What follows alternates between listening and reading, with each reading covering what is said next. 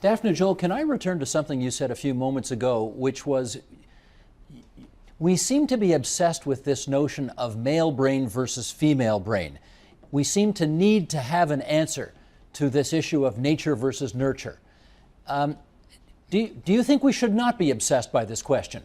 Well, I think we should not be obsessed by the question. Are we obsessed by the question whether there is a essential difference between people with light skin color and dark skin color? Are we obsessed with this? This is not politically legitimate to even ask this question, is it? So why is it legitimate to ask the question whether males and females are fundamentally different? And I think the only reason to ask this question, and this is why we are obsessed with it, is we want to say that there are natural differences, because this justifies the different treatment of males and females in our society.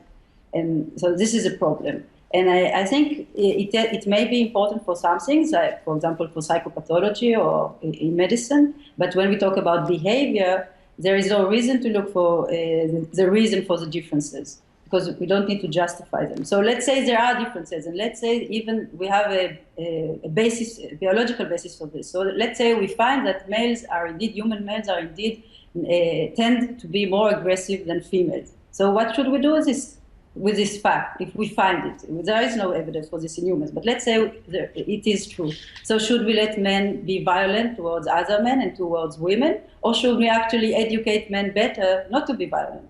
Maybe we should just screen the population to people that have high tendency to be violent, males or females, even if there are more males like this, and just give them special treatment not to be violent, because violence is not good in our society.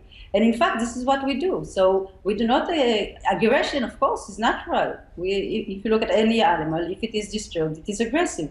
But all our society is built not to allow this natural aggression to be produced. So we educate our kids from a very young age, and when we are older, we have police, we have courts, we have prisons. Everything that we do is against our nature. But then we come to the sex differences, and then we look for nature, for guidance. And we look for nature to allow these differences or to justify them.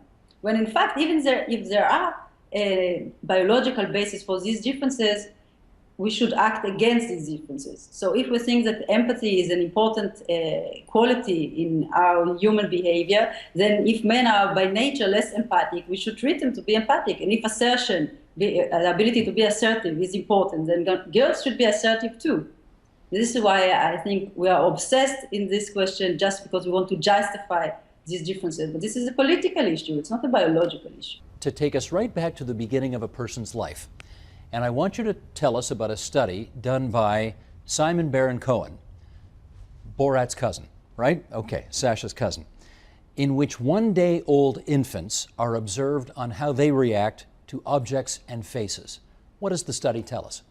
Well, boys don't react to faces as much as girls do, and they seem to be more attracted to movement.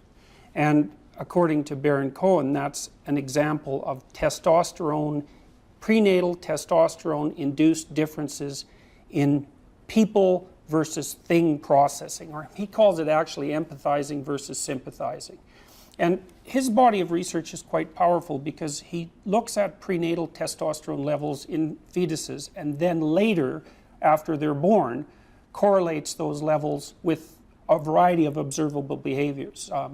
One of them is eye gaze, but there are others. So for example, the increased testosterone is associated with increased like for rough and tumble play. That's another one. So, and the effects are actually quite large. So the importance of the study is that it's very difficult to associate that particular effect with a socialization explanation. I wanted to make a comment quickly on the issue of whether or not gender differences and racial differences, for that matter, are politically legitimate domains of inquiry. First of all, I don't think there are politically illegitimate domains of scientific inquiry. There's just scientific inquiry. I mean, with racial differences, for example, it's the case that the causes of elevated blood pressure, for example, in black Americans versus white Americans are not the same. Black Americans tend to be more salt sensitive than white Americans. And that actually happens to be an important thing if you're a black American with high blood pressure. And there are other differences in disease propensity as well. So for example, Jewish people, especially the European Jews, have a tendency towards an increased propensity of certain kinds of neurological diseases. And so you can't, there's no reason to ignore those. The question is, what do you do with the findings? And that's the moral issue. But part of the reason you want to get it right is because people take their guesses about gender differences, which are usually ideologically informed, and so they're global and not specified and usually not based on any data, and then they make political decisions that are predicated on them. And so in Scandinavia, for example, the presumption has always been that the reason that there are more female nurses than male nurses is because of socialization differences. And then the consequence of, you might say, so what? But the consequence of that is that there are continual movements by people who are obsessed with equality of outcome to ensure that that stops being the case. Okay. And you can think of that as a form of coercion. Okay, here's a clip from a Norwegian documentary that we want to play. It's called The Gender Equality Paradox. And it asks the following question. Why is it that in Norway, which is one of the most, of course, egalitarian countries anywhere in the world, surprisingly large percentages of men and women chose traditionally gendered professions? Roll the clip, please. The more you free people in society, the more you open opportunities for people to do anything they want, the more likely it is that any kind of genetic predisposition they have will be able to express itself. In the gender egalitarian countries like Norway, you really are free to follow your inclinations. You know, in a poor country, you're probably worried just about getting a job. You just want a job.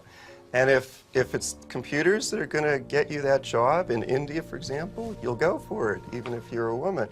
But, you know, in gender egalitarian countries, North America and Europe, I think people feel freer just to pursue what they're truly interested in. And my point is, men and women are interested in somewhat different things. Daphne, let me go to you on this for your reaction. Does this go against your position? I think it's surprising.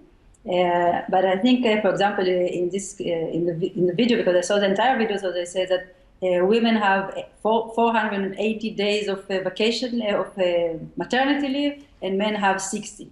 That's for equality, right?